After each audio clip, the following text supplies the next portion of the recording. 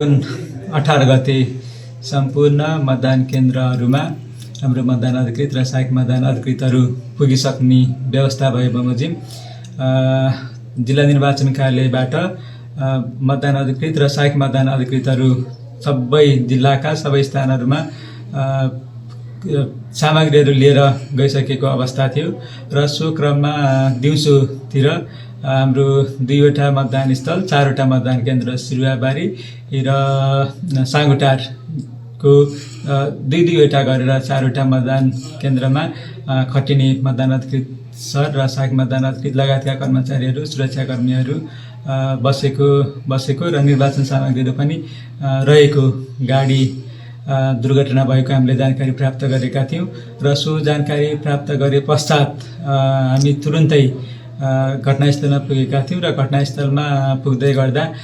निर्वाचन सामग्री र कर्मचारीहरू बोकेको त्यो गाडी हामीले हेर्दा चाहिँ अन्दाज गर्दा 500 देखि 1000 मिटर तल खसेको अवस्थामा थियो र गाडीको केही पनि थिएन त्यस्तो अवस्थामा थियो र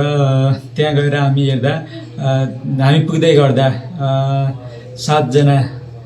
कर्मचारीहरूलाई चाहिँ हेलिकप्टर मार्फत उद्धार गरी काठमाडौँ पठाइएको अवस्था थियो र 1 जना सकुशल रहनु भएको थियो भने 2 जनाको दुःखद निधन भएको अवस्था थियो र हाम्रो निर्वाचन सामग्रीहरूको कुरा गर्दा हाम्रो मतपत्रहरू त्यसैगरी सुरक्षाशील मतदाता नामावलीहरू चाहिँ सकुशल अवस्थामा रहेको थियो। ती सबै सामग्रीहरू हामीले सङ्कलन गरेर हिजो राति जिल्ला अदालतमा मतपत्रहरू जिल्ला अदालतमा नेपाल प्रहरी लगायतको सुरक्षाकर्मीहरूले बुझाउनु भएको अवस्था छ र अन्य सामग्रीहरू जिल्ला निर्वाचन कार्यालयले बुझेको थियो र आजको कुरा गर्दा त्यो ठाउँमा मतदान अधिकृत र सहायक मतदान अधिकृत नभएको अवस्थामा हामीले मुख्य निर्वाचन अधिकृतको कार्यालयसँग समन्वय गरेर मतदान अधिकृत लगायतका कर्मचारीहरू र निर्वाचन सामग्रीहरू पठाइसकेको अवस्था छ र निर्वाचन चाहिँ समयमै सम्पन्न हुने अवस्था छ।